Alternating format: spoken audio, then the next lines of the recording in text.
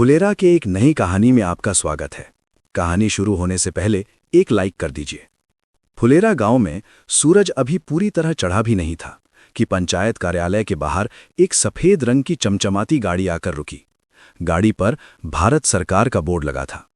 गांव के लोग जो अपनी सुबह की दिनचर्या में व्यस्त थे, सब कुछ छोड़कर उस गाड़ी को निहारने लगे। गाड़ी से एक सूट बूट पहने व्यक्ति उतरा, जिसने आंखों पर बड़ा सा काला चश्मा लगा रखा था और हाथ में एक बड़ा सा कागज का पुलिंदा था। सचिव जी, जो अभी अभी कार्यालय की सफाई करवा रहे थे, ये देखकर घबरा गए। उन्होंने विकास को आवाज दी, विकास, जल्दी बाहर आओ, देखो कौन आया है, कहीं जिलाधिकारी महोदय तो नहीं आ गए। विकास झाड़ू पटककर बाहर भागा। सचिव जी, ये तो कोई बड़े साहब लग रहे हैं, देखिए गाड़ी का रंग कैसा चमक रहा है। वो अजनबी व्यक्ति सीधा सचिव जी के पास आया और बिना कुछ कहे एक नक्शा मेज पर फैला दिया। उसने टूटी फूटी हिंदी में पूछा, क्या यही फुलेरा है? क्या यही वो गांव है जिसे स्मार्ट विलेज योजना के लिए चुना गया है? सचिव जी ने हकलाते हुए कहा, जी हाँ, ये फुलेरा ही है, लेकिन स्मार्ट विलेज, हमें तो ऐसी कोई जानकारी नहीं मिली। अजनबी ने एक रहस्यमयी मुस्कान बिखेरी, जानकारी बहुत जल्द मिलेगी। मैं यहाँ सर्वे करने आया हूँ। अगले हफ्ते यहाँ एक बहुत बड़ी विदेशी टीम आने वाली है। वे यहाँ करोड़ों का निवेश करेंगे, लेकिन याद रहे, ये बात गुप्त रहनी चाहिए। इतना कहकर वो व्यक्ति गाड़ी में बैठा और धूल उड़ाता हुआ चला गया। उसी वक्त भूषण का गैंग खिड़की से सब सुन रहे थे। सचिव जी और विकास हक्के बक्के रह गए, लेकिन फुलेरा जैसे गांव में कोई बात गुप्त रहे, ये असंभव था। 10 मिनट के भीतर यह खबर पूरे गांव में फैल गई कि फुलेरा अब न्यूयॉर्क बनने वाला है और यहां विदेशों से डॉलर बरसने वाले हैं। प्रधान भूषण ने तुरंत अपनी रणनीति बदल दी। उसने सोचा कि अगर विदेशी टीम आ रही है तो उसे अपनी आधुनिकता दिखानी होगी। भूषण ने माधव और विनोद को बुलाया।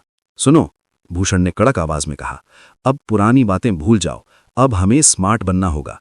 कल से कोई भी लुंगी नहीं पहनेगा। हमें विदेशी मेहमानों को यह दिखाना है कि फुलेरा का प्रधान कितना आधुनिक है। भूषण ने अपने लिए एक चमकीला सफारी सूट सिलवाने का ऑर्डर दिया। उसने माधव को हिदायत दी कि वो गांव की नालियों के किनारे गुलाबी इत्र छिड़के, ताकि विदेशी मेहमानों को बदबू ना आए। विनोद ने मासूमियत से पूछा, प्रधान जी, लेकिन विदेशी लोग हमसे बात करेंगे तो हम क्या बोलेंगे? हमें तो उनकी भाषा नहीं आती। भूषण ने अपनी मूंछों पर ताव दिया। अरे विनोद, भाषा का क्या है, बस हंसकर ओके और वेरी गुड बोलते रहना, बाकी मैं अपनी आंखों के इशारों से सब संभाल लूंगा। भूषण का गुट अब गांव में ऐसी अकड़ के साथ घूमने लगा जैसे वे पहले से ही करोड़पति बन चुके हों। उन्होंने घोषणा कर दी कि विदेशी टीम का स्वागत सिर्फ प्रधान आवास पर होगा और किसी को भी उनके करीब आने की अनुमति नहीं होगी। दूसरी ओर पूर्व प्रधान जी और प्रहलाद चा अपनी खटिया पर बैठे इस पूरी घटना का विश्लेषण कर रहे थे। वे भूषण की इस नई अकड़ से चिढ़े हुए थे। प्रहलाद चा चाय का चुस्की लेते हुए बोले, देख रहे हो प्रधान जी, ये बनराकस तो अभी से हवा में उड़ने लगा है। विदेशी टीम आएगी तो ये हमें मुंह भी नहीं लगाएगा।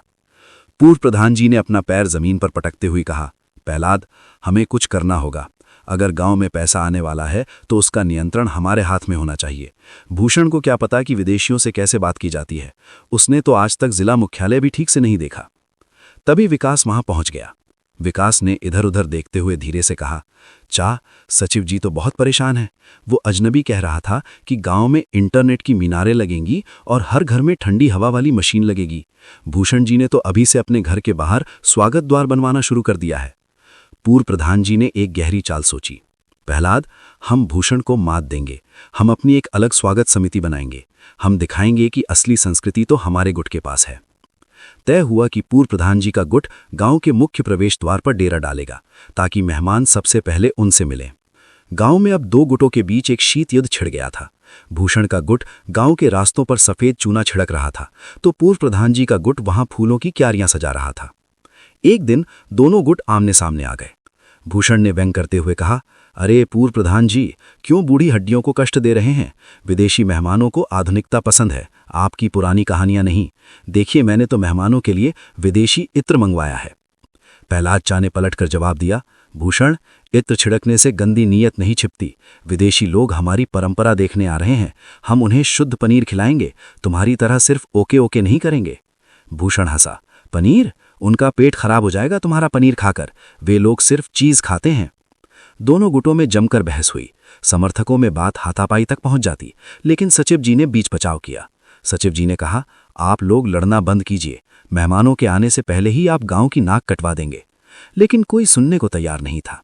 भूषण ने माधव को आदेश दिया कि वो पूर्व प्रधान जी के फूलों पर कीटनाशक छिड़क दे ताकि वे मुरझा जाएं। बदले में प्रहलाद चा ने भूषण के स्वागत द्वार की लकड़ियों में दीमक छोड़ने की योजना बना ली।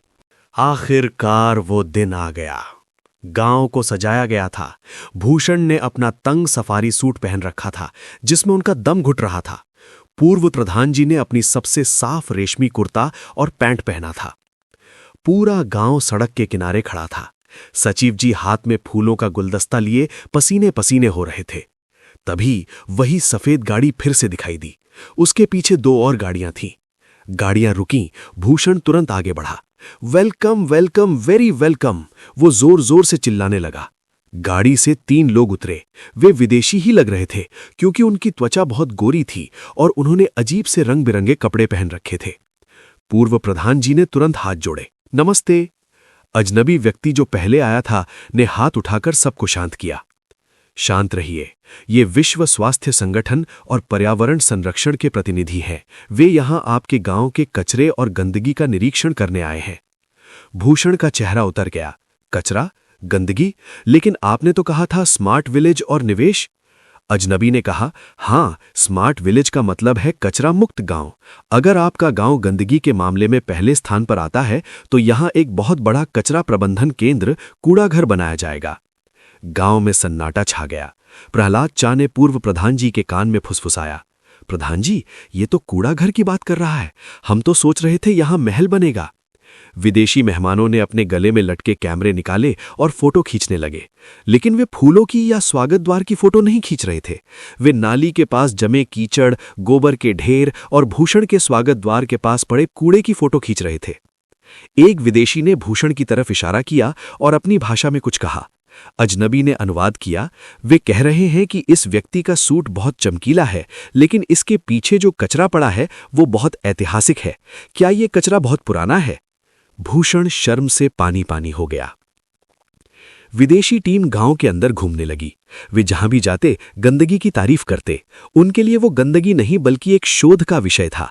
अजनबी ने सचिव जी से कहा, सचिव जी बधाई हो, आपके गांव की गंदगी बेमिसाल है। विदेशी प्रतिनिधि बहुत खुश हैं। वे यहीं इसी मैदान में कचरा डंप करने का केंद्र बनाएंगे। पूरे जिले का कूड़ा यहीं आएगा। इससे बहुत रोजगार मिलेगा। सचिव जी घबरा गए। कूड़ाघर यहां? लेकिन यहां तो लोग रहते हैं। भूषण और पूर्व प्रधान जी, जो अब तक एक दूसरे के दुश्मन थे, अचानक एक हो गए। भूषण ने पूर्व प्रधान जी का हाथ पकड़ा। प्रधान जी, कुछ कीजिए। अगर यहां कूड़ाघर बन गया तो हमारी इज्जत मिट्टी में मिल जाएगी। पूरे जिले की बदबू हमारे घर में आएगी। पूर्व प्रधान जी ने गंभीरता से सिर हिलाया।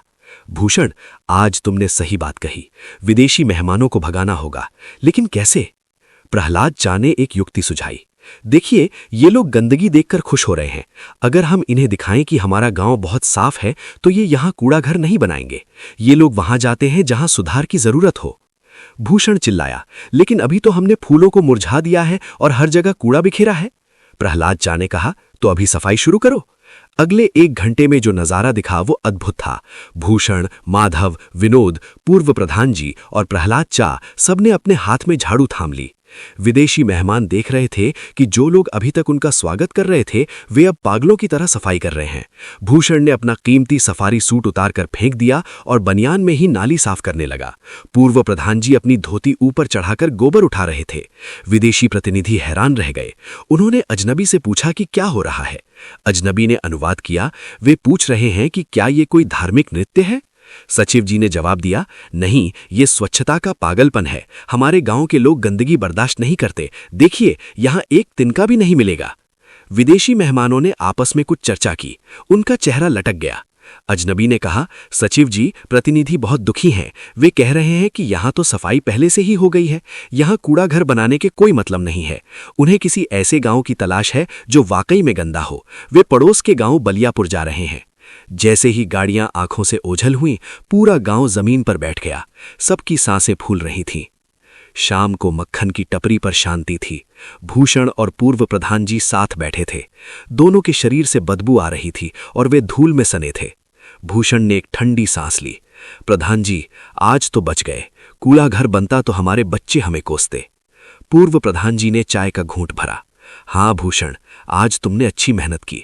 अगर हमेशा ऐसे ही सफाई करो तो गांव सचमुच स्मार्ट बन जाए। प्रहलाद चा ने चुटकी ली, लेकिन प्रधान जी, उस अजनबी का क्या हुआ? वो तो करोड़ों का निवेश कह रहा था। सचिव जी वहां आए और उन्होंने एक कागज दिखाया। वो अजनबी दरअसल एक बीमा कंपनी का एजेंट था। उसने विदेशी पर्यटकों को गांव घुमाने का ठेका लिया था और कूड़ा घर की कहानी बस इसलिए सुनाई ताकि गांव वाले डर कर उसे पैसे दे दें कि वो रिपोर्ट में सफाई की बात लिख दे। उसने हमें उल्लू बनाया। भूषण खड़ा हो गया और उसने अपनी लाठी उठाई। क्या मतलब हम फालतू में गोबर उठा रहे थे और मेरी विदेशी इत्र की शीशी भी टूट गई?